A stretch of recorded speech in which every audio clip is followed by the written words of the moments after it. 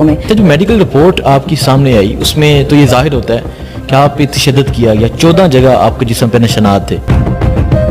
تو وہ ان سب ایڈز والی خواتین کو بھی انہوں نے نارمل لوگوں کے خواتین کے بیچ میں رکھا ہوتا. تو مجھے تو خود سب اس دفعہ کہہ رہے تھے کہ تم نے بہت ویٹ لوز کیا ہوا تو اپنے ٹیسٹ کرواؤ سارے نے. ہائیجین کا یہ حال ہے کہ ایک چکیاں جن میں ہمیں رکھا ہوا تھا وہ 6 چرپائیاں ہوتی ہیں اس میں، وہ بھی بنک چرپائیاں، وہ مشکل سے 3 چرپائیوں جتنی چکی ہوتی ہے، اور ان 6 چرپائیوں پہ 10 عورتیں رکھی ہوئی تھیں.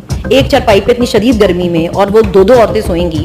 وہ کسی کو کوئی الرجی ہے، کسی کو کوئی انفیکشن ہے، کیونکہ وہاں پہ صفائی کا کوئی طریقہ ہی نہیں ہے، اتنی جگہ ہی نہیں ہے جتنی عورتیں گھسائی ہوئی ہیں وہاں پر. اور پھر وہ ان کو فرق بھی کوئی نہیں پڑتا، کوئی بیمار ہے، مر رہا ہے، آپ کو جیسی مرضی بیماری ہے، جو مرضی درد ہے، وہ بولیں گے ہمارے پاس پیناڈول ہے صرف. تو وہ ان سب ایڈز والی خواتین کو بھی انہوں نے نارمل لوگوں کے خواتین کے بیچ میں رکھا ہوتا ہے. مگر آج کل تو انسان ہی اپنے آپ کو ان سے اوپر سمجھ رہے ہیں، نعوذ باللہ وہ تو خود کو خدا سمجھ رہے ہیں. آپ دیکھیں کس طرح